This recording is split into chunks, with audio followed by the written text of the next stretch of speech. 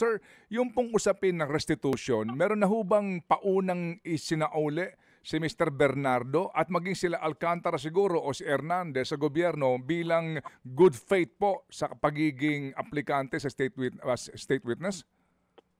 Ay, again, Manong Ted, no, pasensya na kayo. Kasi yan po, no, ilang beses ko na pong binanggit yan nung hearing sa Senate Blue Ribbon na yung usaping restitution, tama po si Senator Marcoleta na hindi po yan nakabanggit sa mismong batas. No, sa 6981, hindi po nakabanggit yan specifically or explicitly.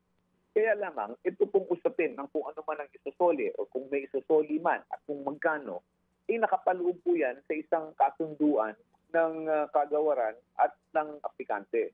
So ito po i-cover ng Memorandum of Agreement na again, tulad po ng binanggit ko sa inyo kanina, sa pinasamaang palad, hindi ko po pwedeng ilantad kung ano man ang bahagi ng kasunduan dahil po sa confidentiality requirements po na nakalagay sa batas. So meaning kahit na po oo o hindi, kung may nagsauli na ng pera, hindi niyo po pwede sagutin?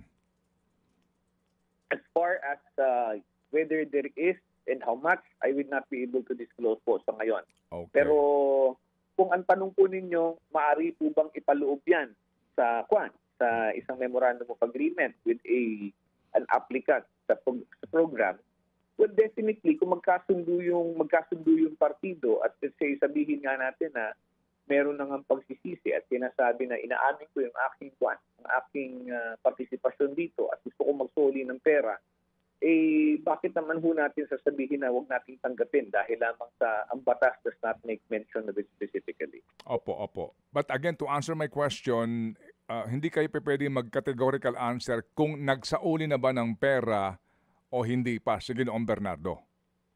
Yes, sir. That is correct po, Manong. Okay. Mga kapatid, brothers and sisters, saan ka pa? Dito na tayo sa totoo. Dito na tayo sa True FM. Mga kapatid, mag-subscribe and follow po kayo sa social media accounts ng True Network PH. Yan po kami. Hanapin nyo lang True Network PH, Facebook, Instagram, YouTube, TikTok, and podcast. Mapa Apple or Spotify man yan, mahahanap nyo kami. Lahat ng mga napapanood at napapakinggan nyo po sa programa, nasa social media accounts namin yan. So, paano mga kapatid? See you sa social media!